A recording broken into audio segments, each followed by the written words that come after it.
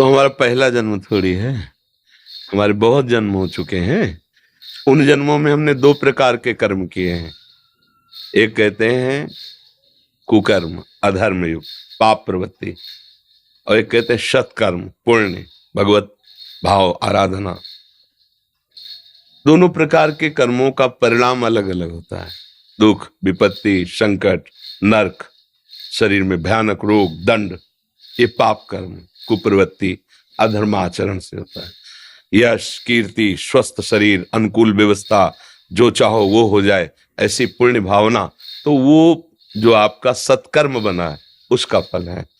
अब ढेर सारे सत्कर्म जमा है और ढेर सारे दुष्कर्म जमा है हमारे गोदाम में।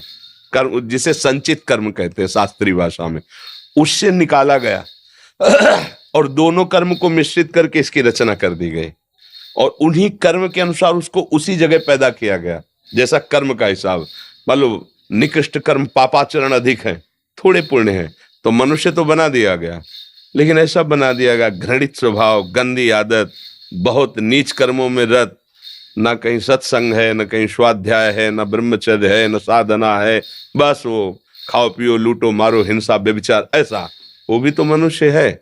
और एक है संयम से चलता है, नियम से चलता है, ऐसे आचरण करता है कि समाज को सुख मिलता है, माता पिता को सुख मिलता है, हमारे देश की पूरी सेवा की भावना, कई तरह के। ये दो कर्मों से उसको वहां जन्म दिया जाता है, जैसे उसके कर्म के अनुसार वैसे उसका स्वभाव बनता है। अब इस परंपरा को हमें मिटाना है, ना हमें सुकृत ना हमें दुष्कृत, हमें अंतिम जन्म बनाना है अपना, कि अब हमारा अगला जन्म ही न हो, ऐसा हमें अब करना है। हमारे भाग्य में जो लिखा उसे में बदलना है अब। नहीं तो भाग्य में नहीं लिखा है मोक्ष, भाग्य में भगवान का दर्शन नहीं लिखा है, बस शुभ अशुभ कर्म, दुख सुख की प्राप्ति, और फिर नए शुभ अशुभ कर्म, फिर नया जन्म, ऐसा ही होता आ रहा है बहुत काल से। अब सत्संग मिला है, अब हम अपने को संभालें। भगवान का नाम शुभ अशुभ कर्मों में नहीं है, ये दिव्य है नाम, ये कर्म नहीं है, ना शुभ ना अशुभ, ये दिव्य है। अगर नाम जप करोगे अंदर ही अंदर खूब जो गुरुदेव ने दिया है और दूसरों की सेवा की भावना रखोगे, तो निश्चित तुम्हारे दोनों कर्म नष्ट हो जाएंगे, पाप कर्म और पुण्य कर्म। पाप कर्म है लोहे की जंजीर, पुण्य कर्म है सोने की जंजीर, लेकिन बंधते तो दोनों में ही है, दुख तो दोनों में ही है ना। अब जैसे कोई अरबों खरबों रुपया, तो उसको देखो बेचैन है, उसको और चाहिए, वो इतना भयभीत है कि अकेले निकल नहीं सकता है, उसे नींद नहीं आती, नींद के लिए गोलियां चाहिए, भोजन नहीं पचता उसको, भोजन के लिए औषधि चाहिए, कितनी परेशानी। एक किसान आदमी दिन भर मेहनत करता है, 10 रोटी, आधा लीटर दाद और 2 लीटर दूध पिया, और जहां मना हुआ चौड़े पे सो जाए, उसको कोई परेशानी नहीं है। इसलिए सावधान करने के लिए भगवान ने आपको संत संग दिया, गुरुवाणी मिली। गुरुवाणी आपको सावधान करती है कि आपका जीवन किस तरह होना चाहिए। महापुरुष तो अंतर्ध्यान हो गए, लेकिन उनकी वाणी साक्षात उनका स्वरूप है। वाणी जी जो है वो साक्षात गुरु स्वरूप होती है। गुरु ग्रंथ साहब जैसे ना, ये साक्षात गुरुदेव है।